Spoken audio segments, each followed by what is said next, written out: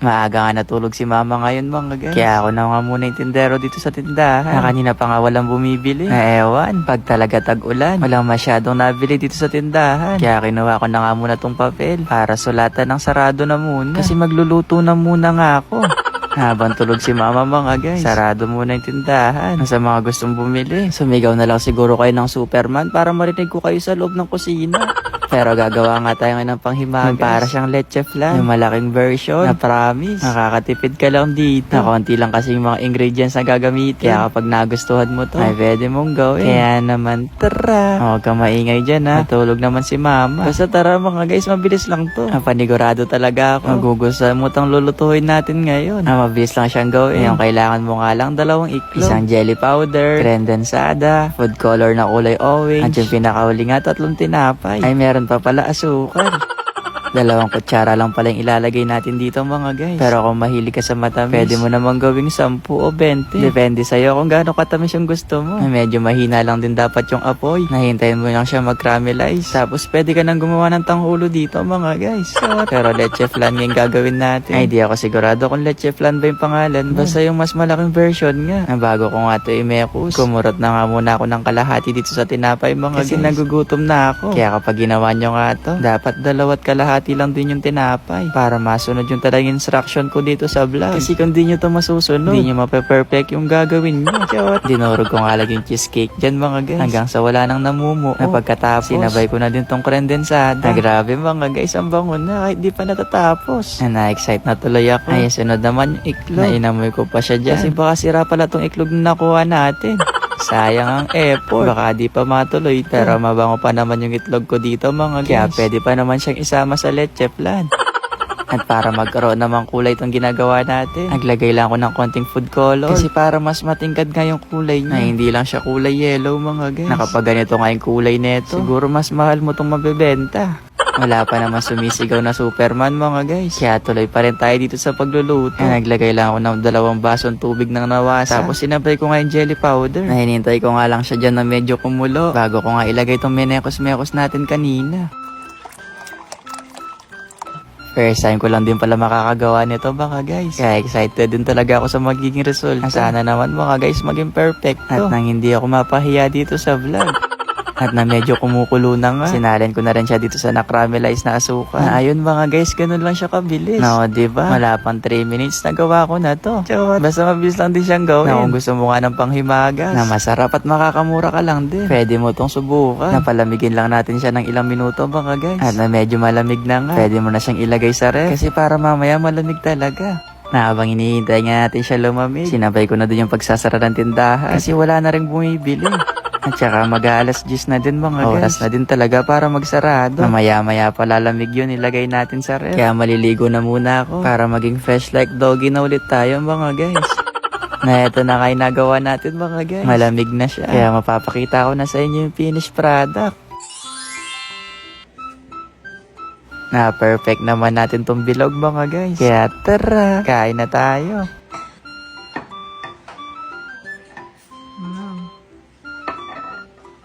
Perfect. Wow! Cheese. Grabe guys, ang ganda na nagawa na. Parang yung cheesecake din. Ikatin na natin guys. Ang sarap. Masarap siya. Ang Hindi lasa. siya ganun katamis. Alam mo yung soya na tayo? Tayo. Taho? Yung taho. Parang siya ganun.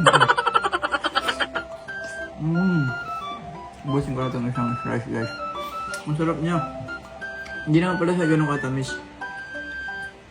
Medyo lang. Sakto lang. Perfect siya sa mga vegetarian. Kawat. Ang sarap guys. Ang sarap. Mukhang makakalimang slice ako guys. Itabi nyo muna sa akin to kasi baka maubos ko to.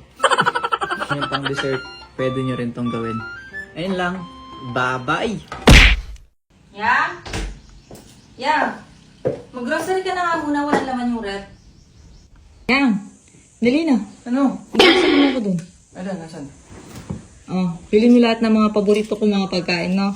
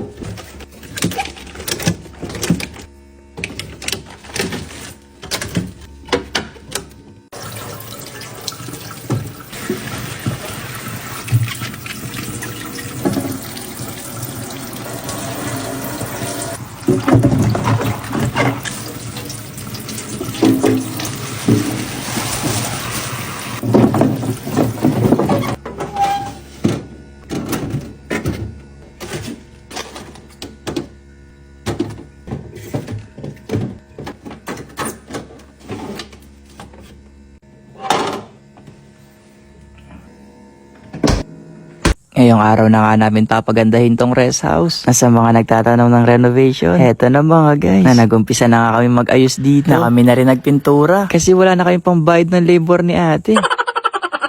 Kada bumibisita pala sa akin dito, laging tanong sa akin, kailan ko ba daw to aayusin dito sa loob? Nahigaan lang din kasi meron ako dito mga guys. Kaya di rin siya mukhang rest house. Napapalitan ko na rin tong kulay ng pinto. Kasi sabi ni mama, ayaw daw niya yung gantong kulay na pintuan. Sabi ko naman, bigyan niya ako ng pambiling pampalit. Sabi naman niya sa akin, wag na palang palitan kasi maganda na. Pero umaga nga tayo nagising ngayon mga guys. Para na din talaga makapag-ayos dito sa loob. At para mabilis na tong matapos mga guys. Kaya fast forward, na lumabas na kami ni ate mga guys. Para ba makabili na ng materialis na mga gagamitin sa loob. Na-share out ko na si ate naglilista. Nahintayin daw niya matapos yung gagawin namin. Na yung una nga namin binili dito mga guys ay kulay ng pintura. Sa mga oras nga na yan, medyo nahihirapan kami pumili kung ano ba yung kulay. Ay meron na din naman napiling kulay, yung gray. Kaso ang dahil magkakaibang kulay ng gray dito. Na kahit anong pagpili nga namin dito sa gray mga guys. Sabi nung nagtitinda, wala na daw silang available na kulay gray na pintura. Kaya ayun, kulay puti na lang. At saka black. Kami nang bahala mag-mekos. Insunod naman pala namin pinuntahan dito sa tindahan ng mga sabitan ng kurtina. Ang angas nga nito mga guys. Kasi tignan nyo, parang ito yata yung tungkod ni Ima. Nakapag siguro ito yung binili mga guys. Mapunta tayo sa ibang mundo. Bumili na din pala kami ng ilaw at saka ng iba pong mga kailangan. Na-share out ko na yung mga nandito sa cashier. Sayang daw, bawal sila mag-cellphone. Kaya sabi ko, sama ko na lang sila dito sa vlog. Kaya fast forward na mga guys. Sinuot na nga ni ate yung heels niya para makapagsimula na kayong magpintura. Naewan ko dyan kaya di naman daw siya napapagod kapag suot niya yan. Na maganda kasi yung sapatos na yan mga guys. Kasi may nagmamassage dyan sa loob. Cute! At dahil nga wala kami nabiling gray na pintura mga guys, walang stock kanina. Kaya sabi ko sa inyo, kulay white na nga lang yung binili namin. Pero bumili din kami ng 1 liter na black na pintura para heto yung gawin nating pang mekos. Na heto nga yung dumadalas namin gawin ni ate mga guys. Kapag hindi nga available yung gusto namin kulay. Na medyo matagal nga lang sa pagmekos-mekos to mga guys. Depende na lang sa'yo kung ano yung mas gusto mong kulay. Basta kami dyan, tinatansya namin hanggang sa maging maayos na yung gusto namin kulay. Kaya kung tatanungin niyo ako ngayon mga guys kung anong kulay itong nagawa namin, hindi ko din po alam yung sagot. Kaya kinuha na rin namin tong mga karton para makapag-umpisa na rin kayo makapagpintura. Ang ginagawa nga namin tong mga guys para ba hindi masyadong makala. Kapag kasi nagpipintura ka, hindi mo maiiwasan mahulog yung pintura sa sahig. Minsan napakahirap tanggalin nun. Natutulong din pala ako sa pagpipintura mga guys. Simula ba nung nag-umpisa ako mag-vlog. At saka sabi ni mama, yung lolo at lolo pa daw niya, marunong daw talaga magpintura yon nung araw. Kaya sabi niya sa akin, baka doon ko daw nakuha yung talentong to. Wala pa mga guys, DIY lang talaga to. Kaya sinasabi ko dyan sa inyo mga guys, di ako professional sa pagpipintura. Pero gagalingan namin dito mga guys para maging maganda talaga yung resulta. Na para ba hetong nabili nating rest house mga guys, magmukha talaga siyang bahay bakasyonan. Pinagpahinga na nga muna ni ate yung heels niya. Kasi para mas mapabilis daw. Tutulong na din daw siya sa pagpipintura. Nandito nga siya sa kabila. Na ako muna yung taga-video. Sa aming magkapatid mga guys. Wala talagang lamangan. Na kung isa sa amin sumakit ng likod, kailangan pareho kami sumasakit ng likod. Kaya ba nagpipintura dyan si ate, nagpapahinga muna ako.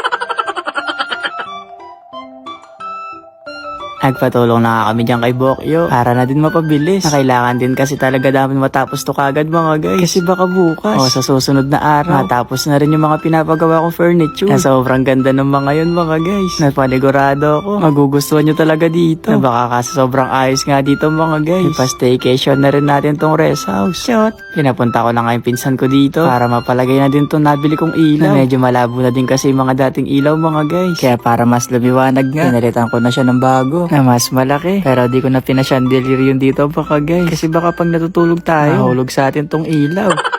At saka isa pa, mahal yun. Kaya dito muna tayo sa mas simple. Nagpalagay na rin ako ng cob light. Tapos pinasabay ko na rin ipalagay tong hook ng kurtina. At eto na nga yung finish look nung nagawa namin mga guys.